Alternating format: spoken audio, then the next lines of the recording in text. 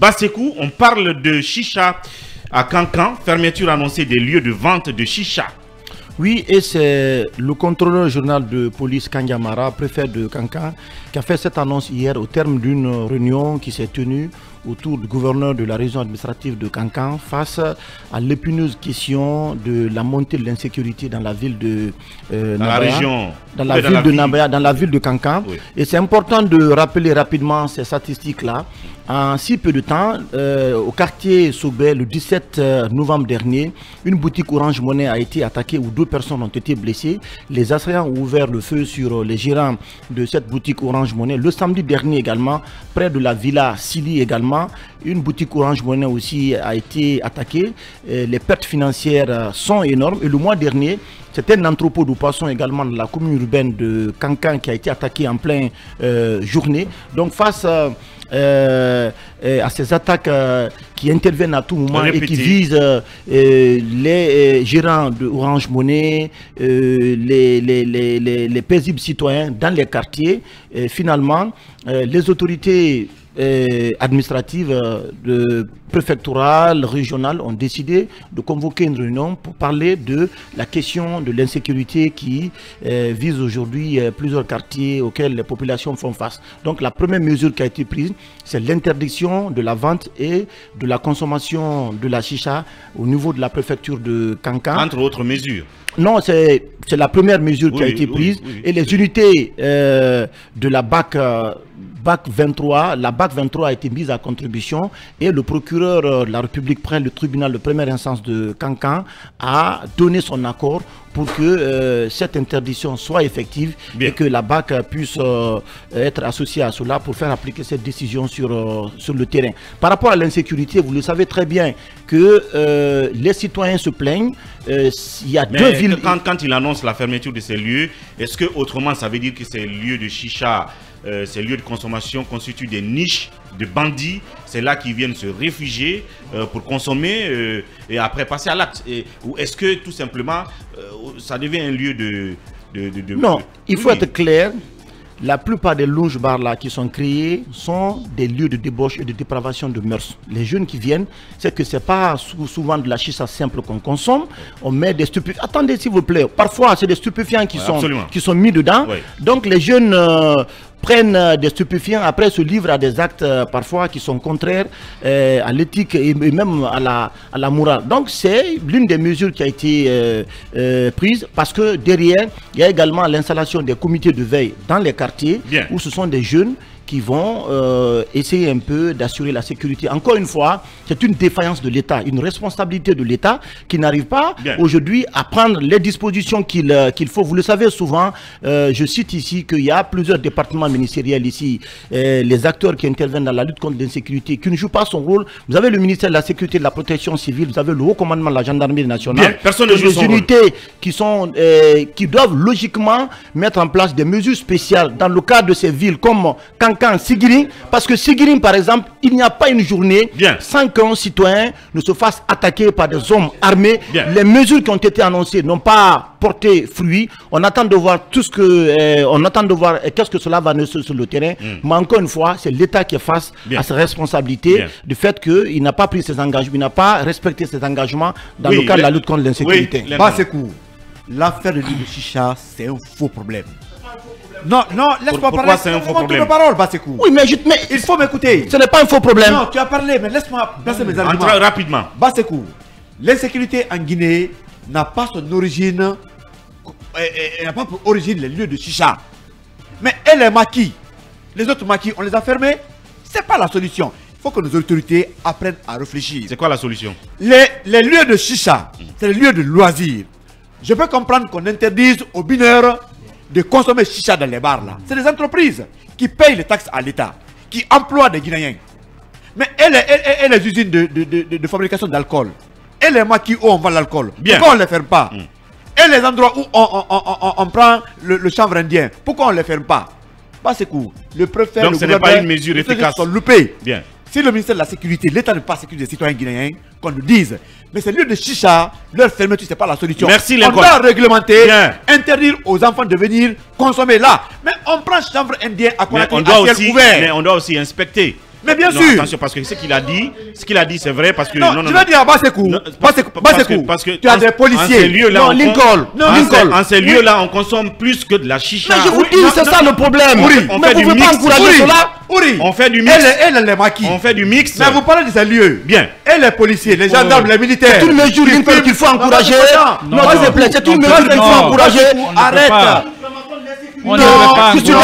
Non, bien, Basekou, Mambo. c'est pas Basekou. Mamadou Diambalé là, c'est fini. Va dans les débarcadères, au niveau des ports, va derrière les camps. Bien, merci. Va dans les ghettos, la rue. Tu vois les jeunes fumer du chanvre indien avec les policiers, les gendarmes, les militaires. Pourquoi c'est les lieux de chicha qu'on ferme? On a réglementé. C'est pas la bonne solution. Alors, fermons tous les maquis de la Guinée. Bien. Parce que dans les maquis, vous avez aussi ces militaires, ces responsables et autres. Tout le monde vient prendre l'alcool de ses côtés. Merci Lincoln. Merci, on passe là-dessus. Oui, très rapidement. Je crois que cette mesure n'est qu'une fuite en avant. Il faut sortir de l'imposture. Parce que ceux qui ouvrent ces lieux de chicha, les fumoirs de nerguilé, quand même ils payent des taxes. Et ça contribue, je crois, à la croissance. Maintenant, contraindre les gens, fermer ces lieux, je n'en vois pas les raisons. Quand vous prenez le rapport, quand vous prenez l'un des plus grands savants, Richard Feynman, un Américain, c'était un bongocero. Il jouait du bongo dans des lieux de striptease en Californie. On le comparait même à Einstein. Bien. Donc vous voyez, dire que oui, parce qu'il faut tous se voiler, aller à la mosquée ou à l'église, c'est ça qui va produire de la croissance. Bien. Détrompez-vous. Le roi d'Arabie Saoudite, quand il va pour se virer du côté des Maldives, c'est plus de 150 mannequins qui l'accompagnent avec, comment dirais-je, des musiciens comme Psy, le coréen, le rappeur coréen et autres, et Pitbull qui sont des grands rappeurs. Bien. Le roi MBS. Bien, on va se limiter à cela. Ça veut dire que la Mecque se trouve où? C'est pas chez eux. Bien. Il faut arrêter tout ça. Bien. Interdire aux mineurs d'aller acheter de la cigarette, d'en consommer, l'alcool, tout ça. Mais quand même, c'est l'État qui est défaillant. Bien, voilà. Vous avez un mot à dire là-dessus. 30 secondes, avant qu'on dépasse. Je voudrais bien aussi rejoindre l'argumentaire du doyen Jean pour dire que je pense que la question de l'insécurité n'est pas forcément liée à ces chichas. D'ailleurs, ce dont on doit s'assurer, c'est de savoir que à travers ces chichas, il n'y a pas, comme vous le dites, des mixtes, par exemple du chanvre indien qui est fumé. Ouais, si cela est fumé dans un bar ou dans un maquis, en ce moment, on intervient dans ce maquis ou dans ce bar précis. Mais les chichas en soi, personnellement, je ne sais pas ça a quel goût, mais je me demande, est-ce que ça saoule d'ailleurs? Je ne sais pas du tout quel effet ça fait. Voilà, je pense que ça ne fait aucun effet parce que je vois même des filles en prendre à ciel ouvert. Moi, ça me dérange personnellement, mais personnellement, j'ai pas encore vu quelqu'un sous ou ivre de chicha. Je n'en ai jamais vu. Bon, il y a des chimistes, il y a des chimistes. Par contre, finalement, il y a des chimistes parmi tous ces consommateurs. Il y a des mélanges qu'ils font. Attention. Hein. C'est ça, c'est peut-être cela qu'il faut combattre, mais ce qui se passe, c'est que à Kankan, ces mesures ont été prises au lendemain d'un problème. En 48 heures, il y a eu 4 attaques à main armée dans la ville de Kankan. Est-ce que la chicha est armée? C'est cela la question. Parce qu'on parle d'attaque à main armée. Donc ça veut dire que des bandits, avec des armes, s'en sont pris à des citoyens. Et pour riposter, on vient chercher le fumeur de chicha. C'est en sérieux. Hein? Ou peut-être que ces lieux sont des niches. Bandits. Mais si c'est des niches, intervenez, prenez les bandits, amenez-les. Parce que les gens qui ouvrent ces lieux, vous les connaissez. Et si on ferme momentanément? Non mais attendez, oui. On va tout fermer momentanément? Bah, je demande, je pose la question. Mais dans ce cas, fermons tout parce que rien n'est normal en Guinée. Rien n'est normal dans ce pays. Oui, Talibé là-dessus. En fait, la question de la fermeture de ces lieux de vente de chicha, moi, m'interpelle, non pas par rapport à la zone de Kankan et au phénomène d'insécurité, mais c'est le phénomène de consommation, justement, de la chicha dans ce pays. Mais vous ne pouvez aller nulle part, y compris parfois dans les grands hôtels, sans avoir un chichadrome à côté, un angle où, franchement, les gens tirent, en tout cas, intensement sur... en tout cas, c'est la corde de... Ces cordes, les cordes là, les fameuses cordes de chicha. Ouais. Moi, c'est en cela que ce sujet m'interpelle. Franchement, autant je ne sais pas ce qu'apporte la cigarette, autant je me demande ce qu'apporte la chicha. C'est devenu un phénomène de mode. Tu demanderas à des jeunes gens pourquoi vous fumez la chicha. Ils ne pourront pas vous expliquer pourquoi ils le font. Et moi, à mon avis, il faut prendre des mesures visant à contrôler justement l'importation de cette matière en Guinée et sa consommation. En interdire la consommation dans certains lieux. Et à l'époque, Moussa Tcheboro s'y était mis. Je vous assure que quand parfois vous allez dans certains grands hôtels, vous venez consommer votre petit plat. Moi, vous êtes envahi par l'odeur. Voilà, moi qui ne supporte pas cette odeur, je suis obligé de me déplacer. Et parfois, de faire vite pour quitter ces lieux. Je pense que... Donc les chichaman et les chichagueuses chassent il faut encadrer ça. Des hôtels comme Riviera, c'est pas la pub. La chicha y était fumée bien avant que ça soit vulgarisé. Voilà, parce que vous venez de citer.